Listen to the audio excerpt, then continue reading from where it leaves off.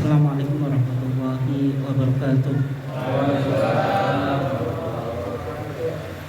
Innal hamdalillah nahmaduhu wa nasta'inuhu wa nastaghfiruh wa na'udzu billahi min shururi anfusina wa min sayyiati a'malina. May yahdihillahu fala mudilla lahu wa may yudlil fala hadiya lahu. Asyhadu an la ilaha illallah wahdahu la syarika lahu wa asyhadu anna Muhammadan abduhu wa rasuluh. Allahumma shalli ala nabiyyina Muhammad wa ala alihi wa sahbihi ajmain, amma ba'd. Yang saya hormati pimpinan cabang Muhammadiyah Tenor, bapak-bapak dan saudara sekalian, jamaah kekajian PCM Kanor yang dimuliakan Allah. Alhamdulillah, pada malam hari ini kita masih diizinkan oleh Allah Subhanahu wa taala untuk tetap bisa istiqomah dalam upaya kita mentradisikan kajian-kekajian di lingkungan warga Muhammadiyah.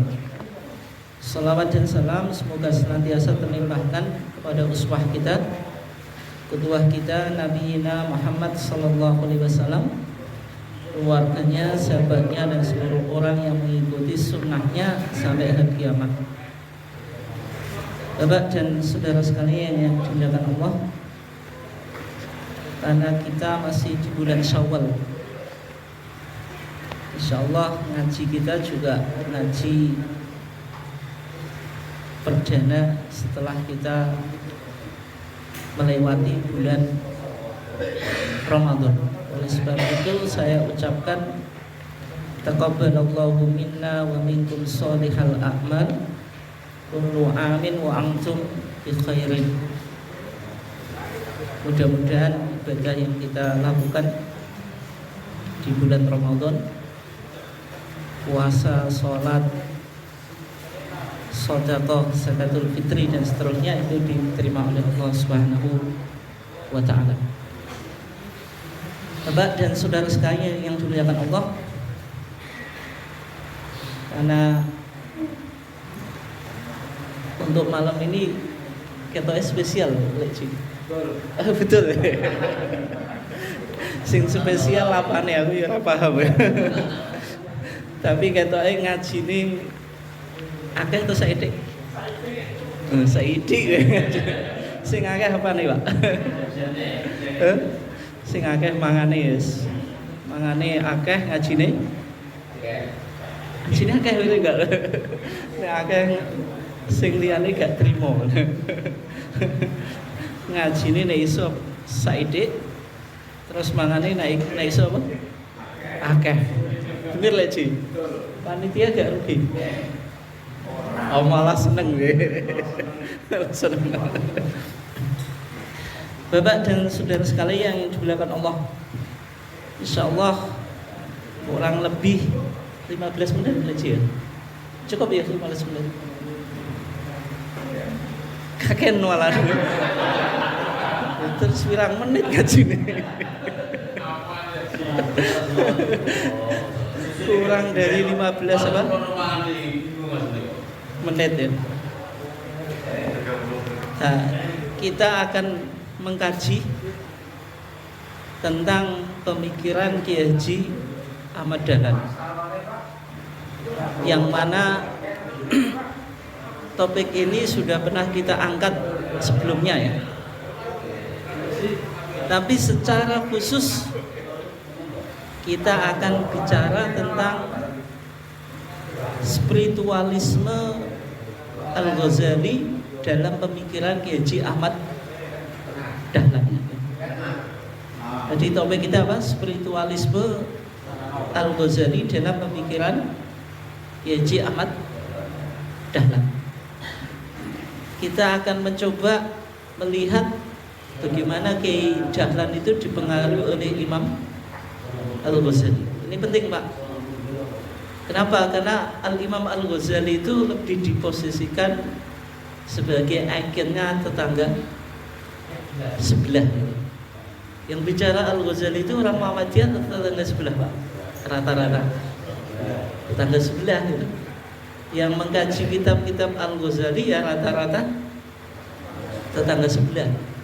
Kita di Muhammadiyah itu tidak begitu dekat dengan Al-Ghazali, tidak begitu dekat dengan Al-Ghazali. Ya atau enggak? Nah, ya, entah karena kita jarang ngaji kitab kuning, karena yang diaji kitab putih terus. Tapi sebenarnya Imam Ghazali itu cukup viral dan populer. Sampai orang awam pun juga pernah dengar siapa? Imam Al-Ghazali. Tokoh yang menguasai berbagai macam disiplin ilmu. Makanya kata Syekh Yusuf Qaradawi, kalau kita bicara Ghazali itu bukan rojulun. Rojulun itu seorang laki-laki, tapi rijalun, banyak apa? Laki-laki. Meskipun pribadinya hanya satu, yaitu Hujjatul Islam Al-Imam Al-Ghazali. Karena dia menguasai berbagai macam disiplin ilmu. Ketika kita bicara fikih, secara khusus fikih Syafi'i nggak lepas dari Al-Imam Al-Ghazali. Imam Al-Ghazali itu memiliki beberapa karya fikih dalam mazhab apa? Syafi'i. Sampai dikatakan Al-Imam Ibnu Rushd gitu, ketika menulis kitab Bidayatul Mujtahid wa Nihayatul Muqtasid, itu ingin mengkanter Al-Ghazali. Jadi ulama itu dulu saling debat, Pak, tapi debatnya ulama itu ilmiah gitu. Ibnu Rushd dengan Al-Ghazali itu selalu berdebat, meskipun keduanya tidak satu apa? Zaman. Ibnu Rushd itu dalam beberapa tulisannya itu selalu menyerang apa? Ghazali. Yang paling populer itu dalam persoalan filsafat. Dalam persoalan apa? Filsafat.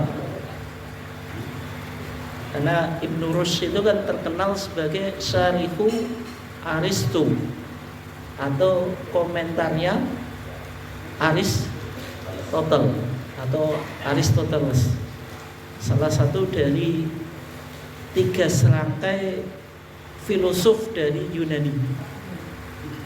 Mulai dari apa? Sokrates punya murid siapa? Plato punya murid Aristotle. Dan yang mencarai karya-karyanya Aristotle itu Al-Imam Ibnu Rushd. Makanya sama Dante Alighieri. Dante Alighieri itu seorang apa? Sastrawan dari Italia.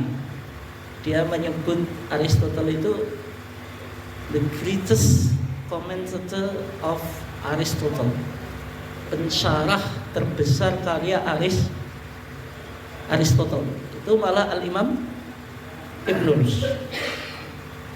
Ghazali itu mengkritik filsafat, secara khusus mengkafirkan para filosof dalam 3 persoalan. Tapi nggak usah bahas, nanti terlalu panjang. Intinya dikritik, Pak, dan disesatkan melalui karyanya namanya Tahafut Falasifah, yaitu kerancuan para filosof. Sama Ibnu Rushd itu dikanter menjadi Tahafut at-Tahafut, kerancuan dari kerancuannya Imam Ghazali. Kan selalu kritik, Pak, tuh. Termasuk ketika Ibnu Rushd menulis kitab Bidayatul Mujtahid. Bidayatul Mujtahid, ada yang pernah tahu gak? Ini kitab fikih dalam apa? Dalam perbandingan mazhab. Dalam perbandingan apa? Mazhab. Pernah dengar, Pak? Bidayatul Mujtahid. Padahal sering saya sebut. Berarti pas ngaji dengan ketika saya sebut Bidayatul Mujtahid itu ngantuk. Tapi ora apa-apa, Pak, ngantuk-ngantuk tetap apa budal ngaji. Timbang ora, Pak. Bidayatul Mujtahid wa Nihayatul Muqtasid itu kitab perbandingan fikih. Ibnu Rus itu mazhabnya Maliki, tapi di Bid'ah Mujtahid tidak hanya mengemukakan pendapat Imam Malik atau mazhab Maliki, tapi juga mazhab Syafi'i dan mazhab apa? Hanafi dan juga Hambali, bahkan mazhab apa? Zuhri. Kalau Imam Ghazali itu hanya spesialis dalam mazhab apa? Syafi'i. Ibnu Rus ingin menampilkan kalau saya itu tidak hanya ahli dalam satu mazhab, yaitu mazhabnya apa? Maliki, tapi juga mazhab-mazhab yang lain. Terus Ghazali juga ahli usul fikih. Ahli apa? Usul fikih. Ahli mantik dan seterusnya ya. Intinya Imam Ghazali itu selalu menjadi pakar dalam setiap apa? Disiplin ilmu pengetahuan, kecuali dalam bidang hadis. Dalam bidang apa? Hadis. Sehingga ihya itu kadang-kadang hadisnya dhaif. Kemudian apa? Maudhu, yaitu palsu. Kata Imam Syaukani, saya kalau melihat Ghazali itu sebagai seorang yang faqih, betul-betul menguasai fikih. Tapi kalau dia menyebutkan, menarasikan hadis, kadang-kadang saya ingin ketawa. Kenapa? Fikihnya terlalu tinggi, sangat tinggi, tapi ilmu hadisnya kok lemah, Pak. Karena menyebutkan hadis dhaif maupun maudhu, itu palsu. Oleh sebab itu di Ihya kadang-kadang muncul amalan-amalan yang berdasarkan hadis palsu. Ya, misalnya sholat roboib itu ada di Ihya Ulumuddin. Ya, namanya kitab gak sempurna ya, tapi bukan berarti kita anti Ihya Ulumuddin. Kata Imam Ghazali, bid'ati fil hadis dhaif, kemampuanku dalam bidang hadis itu lemah. Oleh sebab itu Imam Ghazali di akhir hayatnya beliau memperdalam ilmu hadis sampai meninggal. Sahih Bukhari itu ada di dadanya karena dia ingin menghafal Sahih apa? Bukhari, Pak.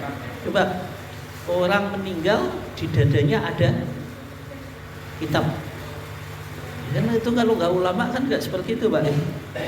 Ya umpama wong mati sogo apa, Pak? Dadanya ada uang kan gitu. Soalnya just sampai apa, Pak? Duit ditinggal mati. Tapi Imam Ghazali meninggal, Sahih Bukhari ada di dadanya. Bapak dan saudara sekalian yang dimuliakan Allah, Ghazali itu sangat populer melalui karyanya Ihya Ulumuddin yang betul bikasri mim. Bikasri apa? Bikasril mim. Meskipun kalau kita baca Ihya Ulumuddin, karena kalau kita baca Ihya Ulumuddin itu berat. Meskipun ulumi itu mudhof ilaih. Mudhof ilaih itu hukum i'rabnya apa, Pak? Majrur. Majrur itu alamatnya apa? Kasroh. Misalnya Ihya Ulumuddin. Oleh sebab itu disebut common mistake, kesalahan yang umum. Soalnya enak baca Ihya Ulumuddin atau Ihya Ulumuddin. Ulumuddin itu lebih populer, di lisan juga lebih ringan. Tapi yang betul Ihya Ulumuddin secara nahwu atau gramatika. Tapi umumnya ya Ihya Ulumuddin. Kitab ini itu dikenal tidak di kalangan ulama saja. Orang awam itu juga sering dengar kitab apa, Pak? Ihya Ulumuddin. Ya kan? Jenengan mungkin nggak tahu kitabnya. Tahu atau enggak, Pak? Nggak tahu. Punya kitabnya? Enggak. Ngaji, ya sopo maneh ngaji. Tapi minimal tahu apa? Judulnya. Tahu apa? Judulnya. Kitab Ihya itu bicara ilmu apa? Bicara ilmu apa, Pak? Kira-kira. Apa, Pak? Apologi. Spiritualisme. Identik dengan pembahasan sufisme, yaitu pembahasan tasawuf. Tapi sebenarnya ihya itu perpaduan antara fikih dan tasawuf, antara fikih dan tasawuf. Ihya itu isinya arba'atu arba', yaitu seperempat. Arba'atu arba' itu dibagi menjadi seperempat menjadi 4 ya. Yaitu yang pertama rubu'ul ibadah, seperempat bicara ibadah. Bicara apa? Ibadah. Mulai dari toharo sampai haji. Di samping pembahasan fikih, tapi ditekankan pada asrarul ibadah, rahasia-rahasia apa? Ibadah. Misalnya, ini contoh saja ya, kenapa kok kalau kita sujud itu 2 kali, padahal dalam satu rakaat rukun sholat itu kan biasanya 1 tuh ya. Secara umum kan 1 ya, rukuk 1 kali, i'tidal 1 kali, tapi sujud kok 2 kali. Itu dibahas dalam tema oleh para ahli fikih, namanya asrarul, misalnya asrarul sujud, rahasia-rahasia apa? Sujud. Itu kalau model semacam itu sudah percampuran antara fikih dengan tasawuf. Dia sudah melihat batinus syai' atau dalamnya sesuatu, tidak hanya dhahirus syai', tidak hanya luarnya saja itu. Nah, ihya dalam ibadah membahas itu. Misalnya rahasia toharo, sholat, gerakan sholat, semacam-macam itu ada di ihya.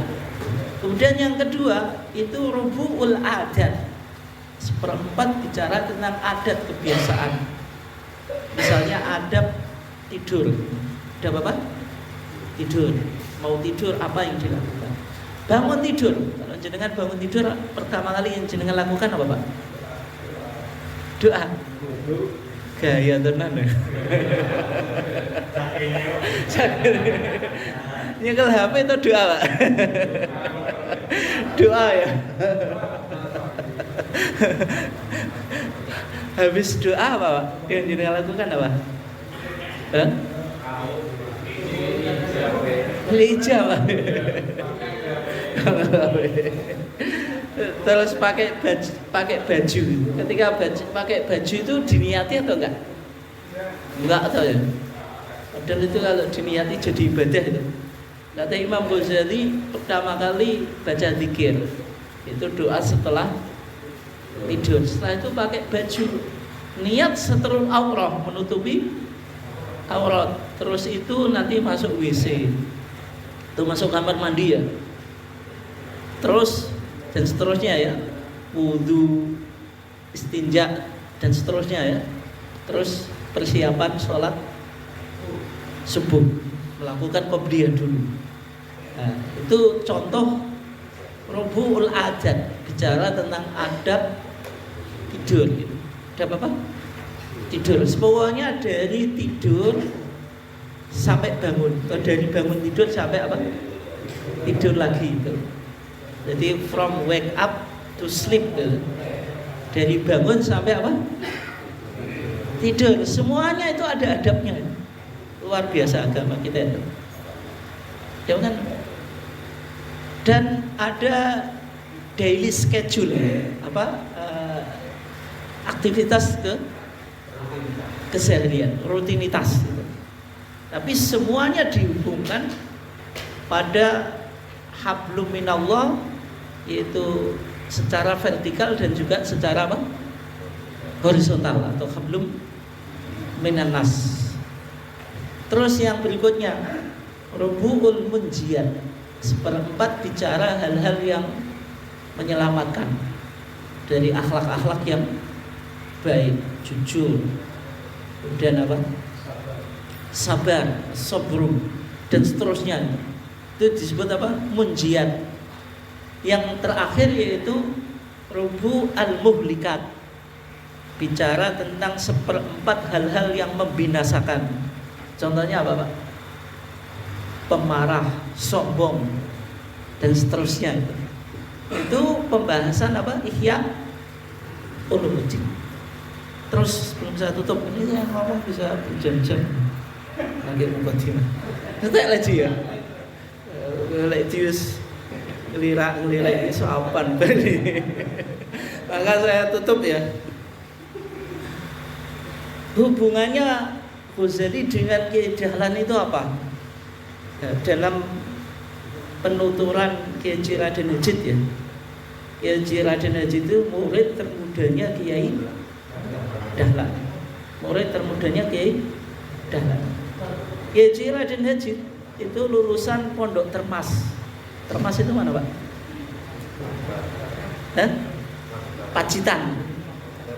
Salah satu ulama berasal dari Pondok Termas yang jadi ulama berkaliber internasional itu Syekh Mahfud Turmusi.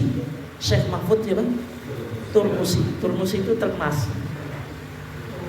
Beliau menulis buku Hasyiah At-Turmusi, itu syarahnya Al-Minhaj Al-Qawim yang ditulis oleh Ibnu Hajar Al-Haytami. Beberapa jilid Pak. Syekh Mahfud Turmusi itu juga guru dari ulama-ulama Nusantara. Ya, ada kemungkinan Kiai Dahlan itu juga berguru pada Syekh Mahfud Turmusi. Kalau nggak berguru ya bertemu gitu. Terus yang lainnya misalnya Syekh Muhammad Nawawi Al-Jawi Al-Bantani atau Mbah Yai Nawawi Banten. Di samping Ki Haji Soleh Darat. Soleh Darat itu terkenal. Mana Pak? Bukan Malang. Darat itu Semarang. Semarang. Darat itu karena desanya itu di samping laut, sehingga di pelabuhan Semarang nanti kalau ke atas itu disebut darat, maksudnya daratan. Makanya disebut Mbah Soleh Darat atau Muhammad Soleh Samaroni. Samaroni itu Semarang maksudnya.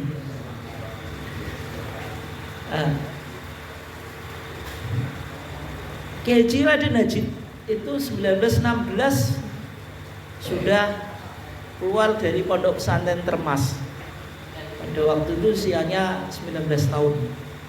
Setelah itu beliau berteman dan berguru kepada Kiai Haji Ahmad Dahlan kurang lebih 6 tahun Pak, sampai 1923. Kiai Haji Raden Hajid yang menarik ya. Beliau ini yang mendokumentasikan pemikiran keagamaan Kiai Haji Ahmad Dahlan. Kiai Haji Ahmad Dahlan itu ajarannya penuh dengan nuansa sufisme atau tasawuf dan implementasi dari tafsiran-tafsiran ayat Al-Quran. Sehingga Kiai Dahlan itu mufasir, mufasir, tapi dia tidak menafsirkan Al-Quran dari Al-Fatihah sampai Anas. Tapi Al-Quran itu dijadikan basis pergerakan. Dia tidak hanya menafsiri ngaji saja, tapi juga diimplementasikan. Dari Al-Ma'un lahir panti asuhan, rumah sakit, apa Pak? Sekolahan. Al-Ma'un diajarkan 3 bulan. Al-Asr ini bangunan ilmu dan amal itu diajarkan kepada muridnya 7 apa Pak? 7 bulan. Sehingga Kiai Haji Ahmad Dahlan model metode pengajarannya Pak, mengajarkan suatu itu diulang-ulang sampai muridnya bosen. Awal asalnya 7 bulan Pak. Jadi kan di muridnya Kiai Dahlan jelas nggak kuat itu. Nggak kuat kesabaran nih Pak. Wal asal kok itu bulan, apalagi di antara kita ngaji itu sih penting di ilmu ini tok, gak usah di amal no. Al-Ma'un itu di ilmu ini mudah Pak, amal itu angel Pak. Nah, model pengajaran Kiai Dahlan itu seperti itu, sehingga belum pindah ke surat yang lain kalau belum diamalkan. Terus saya langsung ke poinnya terus tak tutup ya. Aku saya wis krungu swara piring. Nah, kupinge jek kuat ngrungokno. Wetenge sing ora kuat. Nah, Kiai Raden Hajid mengawali dari pemaparan beliau soal pemikiran Kiai Ahmad Dahlan itu dimulai dari kitab apa yang dibaca oleh Kiai Dahlan. Ini ada pelajaran penting, Pak. Jenengan melihat orang itu sekarang orang ini pandai atau tidak, pemikirannya kemana, itu pasti dipengaruhi diantaranya melalui apa yang ia baca. Nek wong kok ora tau ya ora di kitab, ya ora di maca. Ini pemikirannya bagaimana, Pak? Sangel, Pak, tebakan ini. Mbok ilmune ilmu klenik ilmu batune. Lagi Dahlan beliau dalam soal fikih itu sebagaimana umumnya kiai di Indonesia itu mengkaji fikih Syafi'i. Backgroundnya Syafi'i, Pak. Meskipun kemudian beliau juga tidak terikat pada mazhab Syafi'i. Kadang-kadang yang keluar dari mazhab apa? Syafi'i. Terus dalam konteks akidah atau teologi mengikuti aliran Ahlus Sunnah wal Jamaah.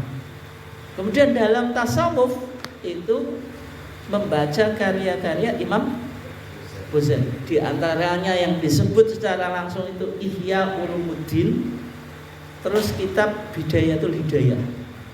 Jadi Ghazali itu sebelum saya tutup tenanan punya kitab tasawuf itu 3 jenjang. Yang pertama Bidayatul Hidayah. Wong tuwek biasanya tahu, Pak, soalnya kitab ini sudah dipegonkan nih. Di wong-wong sing tuwek-tuwek dibiyen ngajine ya Sulam Supinah atau Sulam Safinah. Terus sama Bidayah. Itu. Bidayatul Hidayah, tapi nek wong tuwek-tuwek nyebut ngaji apa Bidayah. Maksudnya Bidayatul Hidayah. Itu untuk tingkatan pemula. Kitab ini disebut oleh Kiai Raden Hajid bagaimana Kiai Dahlan itu beliau itu terinspirasi Imam Ghazali melalui kitab Bidayatul Hidayah. Terus yang kedua Minhajul Abidin itu kitab tasawuf level intermediate atau level menengah. Yang paling atas itu Ihya Ulumuddin. Nah, kitab-kitab Ghazali ini yang mempengaruhi spiritualisme Kiai apa? Dahlan. Jadi dalam konteks spiritualisme Kiai Dahlan itu dipengaruhi oleh Al-Ghazali, Tapi nanti Ghazali di tangan Kiai Dahlan itu lahir Muhammadiyah sebagai gerakan apa, Pak? Tajdid, pembaruan, kemudian lebih fokus pada persoalan umat yaitu schooling, healing, feeding. Nah, Ghazali di tangan yang lain itu juga mungkin jadinya berbeda. Tapi nanti suatu saat kita lebih perdalam ya bagaimana Ghazali di tangan Kiai Haji Ahmad Dahlan. Kira-kira jadi apa? Saiki nek Ghazali di tangan jenengan itu jadi apa juga? Ya itu kan bagaimana seorang tokoh itu mentransformasi sebuah pemikiran atau sebuah tokoh tertentu dalam aksi-aksi nyata. Mungkin itu saja, kurang lebihnya mohon maaf. Kakek tegak nek kakek dikurangi, nek kurang ya ditambahi. Wes bar ya. Waduh. Serius gak sabar ya. Mungkin itu saja, kurang lebihnya mohon maaf. Wassalamualaikum warahmatullahi wabarakatuh.